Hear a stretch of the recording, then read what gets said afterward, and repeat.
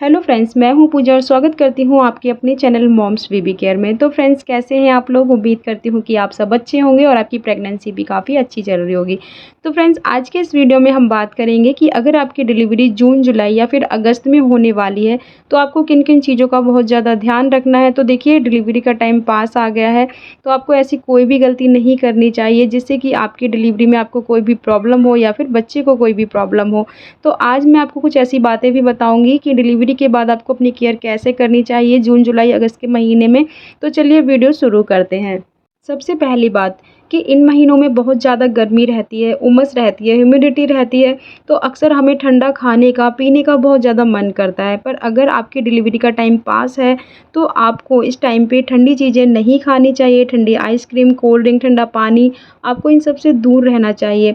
क्योंकि अगर आप नॉर्मल डिलीवरी चाहती हैं तो ये सारी चीज़ें आपको बिल्कुल ही अवॉइड करनी है, क्योंकि ज़्यादा ठंडी चीज़ें खाने से पेल्विक एरिया की मसल सिकुड़ जाती हैं, जो कि नॉर्मल डिलीवरी में काफ़ी दिक्कत पैदा कर सकती है।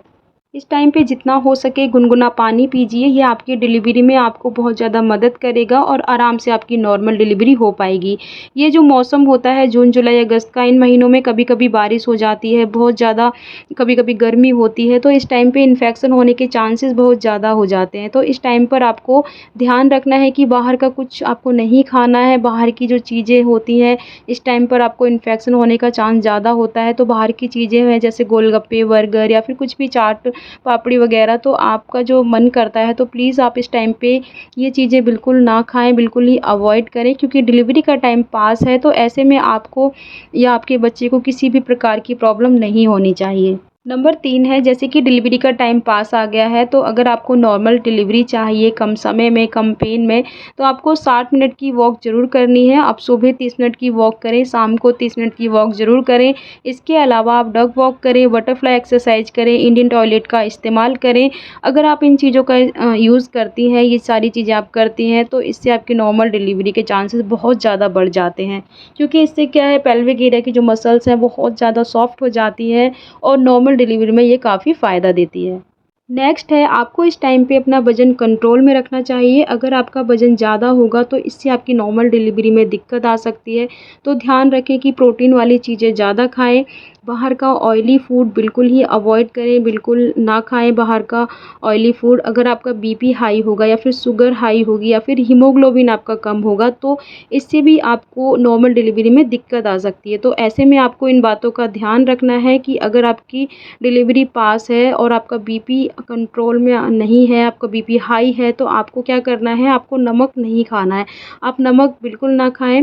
हरी पत्तेदार सब्जियां ज़्यादा खाइए। अगर आपका शुगर ज़्यादा है तो शुगर को कंट्रोल करने के लिए आपको मीठा नहीं खाना है। आपको केला है, आम है, मिठाइयाँ, ये सारी चीज़ें आपको नहीं खानी है। अगर आपका हीमोग्लोबिन कम है तो आप डॉक्टर द्वारा दी गई दवाइयाँ हैं वो टाइमली लेते रहें। इसके अलावा आप अपनी डाइट में संतरा, अनार, सेब, चुकंदर, गाजर, टमाटर, हरी सब्जियां शामिल करें। अगर आपका एमिनिटिक फ्लूइड कम है तो लिक्विड ज़्यादा से ज़्यादा लेना चाहिए। आप नारियल पानी पीजिए, नींबू पानी पीजिए, लस्सी, सूप, जूस, ये सारी चीज़ें आपको पीनी चाहिए। 7 से 8 गिलास पानी आपको रोज़ाना पीना चाहिए।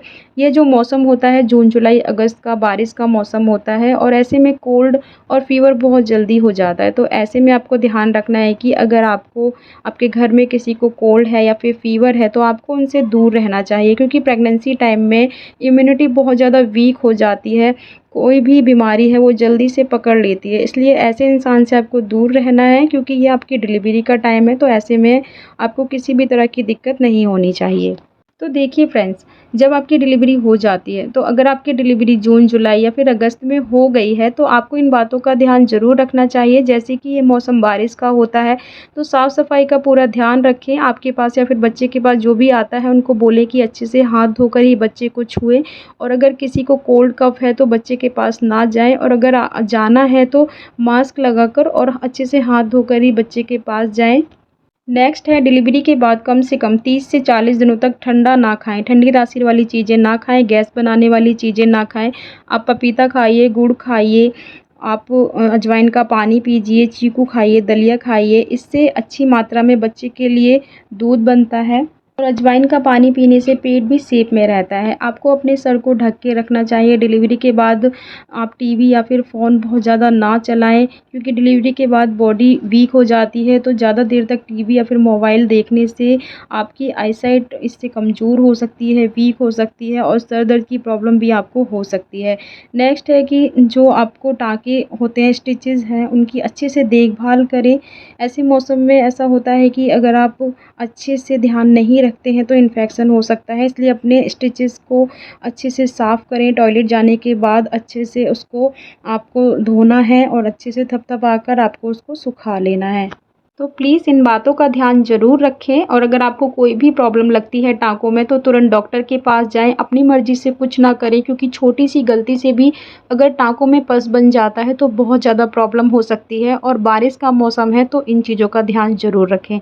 वीडियो हेल्पफुल लगी हो तो प्लीज़ वीडियो को लाइक और अपनी फ्रेंड्स फैमिली मेम्बर के साथ शेयर ज़रूर करें और अगर आपको कोई भी सवाल है तो आप हमसे कमेंट बॉक्स में पूछ सकते हैं।